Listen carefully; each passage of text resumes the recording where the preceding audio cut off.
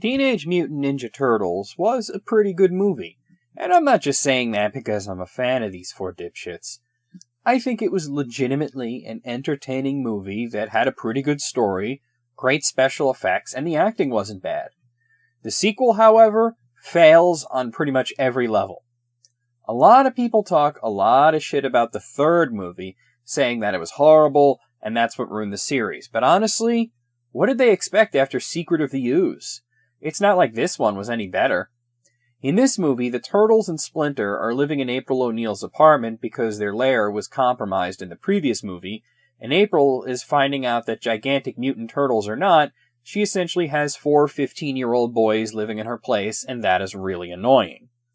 The Turtles are looking for a good place to live, and eventually they do find an abandoned train station that still has electric power.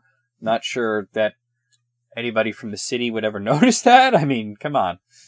But before they wind up there, they're discovered by a pizza delivery boy who is constantly delivering pizza to April's apartment. And on one of those deliveries, he gets into a skirmish with some thieves. He's also a martial artist, because of course he is. But when there's more bad guys than he can handle, the Turtles bail him out.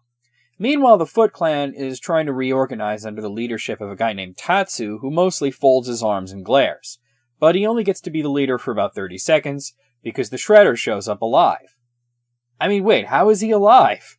In the last movie, Splinter tossed him off a building, and any chance he had of surviving falling several stories was dashed when Casey Jones activated the trash compactor in the garbage truck that he landed in. You even see his helmet getting smashed, and you kind of assume his head was in that. So, I don't know, maybe his head was not in the helmet? But then his helmet is undamaged in this movie. It doesn't seem like he got killed or even severely wounded. It's more like he got beat up, shook it off, and wandered home. It's like he didn't even fall off a building. Anyway, learning the Foot Clan is back, Raphael goes out looking for them with the kid, and they find the lair, but Raph gets kidnapped. The rest of the Turtles try to rescue him by stumbling into an obvious trap. It's pathetic. All their training and they don't realize they're stepping onto a net. They literally forget that they have weapons. The only turtle who ever wields his weapon in this movie was Donatello, which is about for 4 seconds. I mean, a net? Really? Did Leonardo forget that he has 2 swords on his back that he could have cut them out of the net with? So Splinter has to bail them out by shooting an arrow? Man, don't even get me started on the ending. Shredder makes 2 mutants that are much bigger and more powerful than the Turtles. And their way of countering them is basically feeding them donuts laced with something that will demutate them or something. The Shredder never puts a stop to this. The Shredder and the entire Foot Clan just kind of stand around and watch as the Turtles feed donuts to these 2 creatures. I mean, did they ever think, oh, maybe those are poisoned? Then the fight crashes into a Vanilla Ice concert, and he raps about the Turtles. Seriously, this happened. Only 1 canister of ooze is left at the beginning of the movie, which Shredder seemingly uses to create the 2 creatures.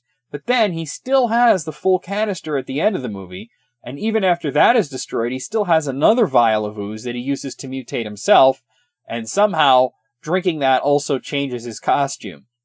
I could go on and on discussing the flaws and how dumb this is, but I think you probably get the point by now.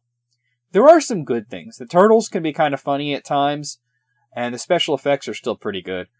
The actual plot of the movie has some strengths, though it does all fall apart when Vanilla Ice shows up, and then it becomes, oh no, the mutants are belching, let's science them to stop the reaction, but we have to dance fight them.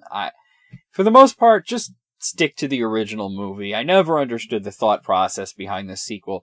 I mean, the first movie, it was good, it made a lot of money, but instead of copying the formula and continuing, they went in a different direction, and it really doesn't work.